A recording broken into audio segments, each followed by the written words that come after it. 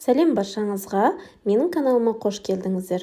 Бүгін сіздермен бір қамырдан ванильді капкейк және де жаңғақ пен мейіз қосылған осындай кекстер пісіреміз. Өте дәмді, жұмсақ болып шығады. Видеоны соңына дейін қарап, менің каналыма тіркеліп, лайк басып, пікірлеріңізді қалдырып кетуді ұмытпаңыздар.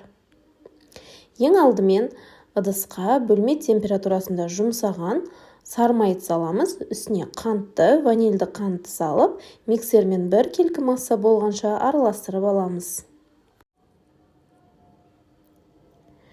Сосын үстіне 4 жұмыртқаны біреуден салып, миксермен араластырып отырамыз.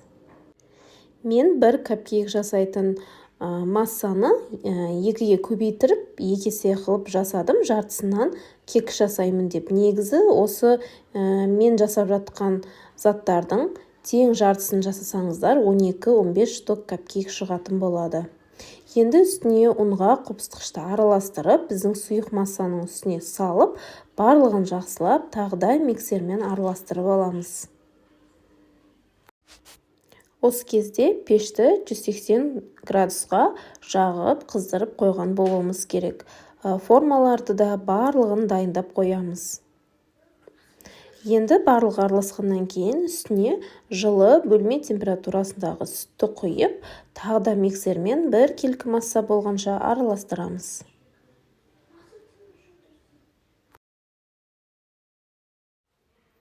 Осындай қоюлықтағы қамыр дайын болады бізде.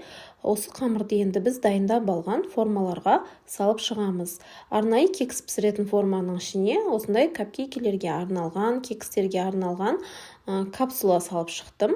Ол барлық жерде, кондитерлік дүкендерде сатылады. Бір ас қасықта толы салып шықтым. 12 дана капкейки пісірдім мен. Қамырымыздың жартысын салып шықтым, сонда жартысы бізде кекске қалды. Қызып тұрған пеште 15-20 минуттай пісіріп аламыз. Қарап тұрамыз, әркімнің пеші әрқалай. Осындай көтеріліп өте әдемі болып шығады. Оны формасында кішкене жылығанша суытамыз. Сосын жылығаннан кейін формасынан шығарып, толықтай суытатын боламыз. Өте әдемі болып шықты, осылай көтеріліп. Толықтай суығанша күтетін боламыз, содан кейін барып крем жағамыз. Енді біз қалған жарты қамырға жаңғақ пен мейіз араластырып аламыз. Жаңғақты кішкене бөліктерге бөліп турап аламыз. Енді барлығын жақсылап араластырып, оны да кекске арналған формаларға салып шығамыз. Кекстерде менде 12 дана шықты. Бір ас қасықта толтырып салып шықтым осылай. Қызып тұрған пеште 15-20 минуттан пісіріп аламыз. Өте әдемі болып көтеріліп шықты. Бұл кекстерді де толықтай суытамыз. Енді біз капкейкеге арналған кремін дайындаймыз. Мұздай тоңазытқышта тұрған творожный сырға қант ұнтағын қосып, бір келкі масса болғанша миксермен араластырып аламыз.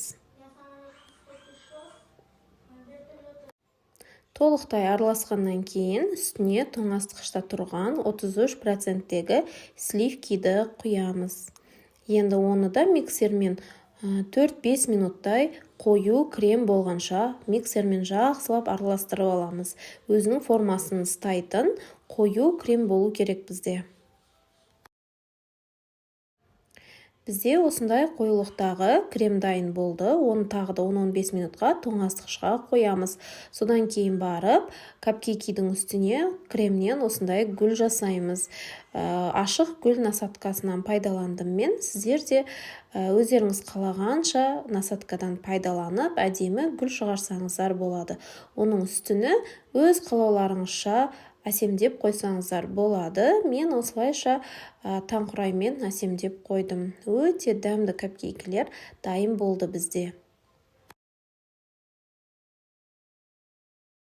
Міне біздің дайын болған кекстеріміз. Кекстер де өте дәмді болып шығады. Жаңғақ пен мейіз ерекше дәм беріп, өте дәмді болып шығады. Балалар өте сүйіп жейді.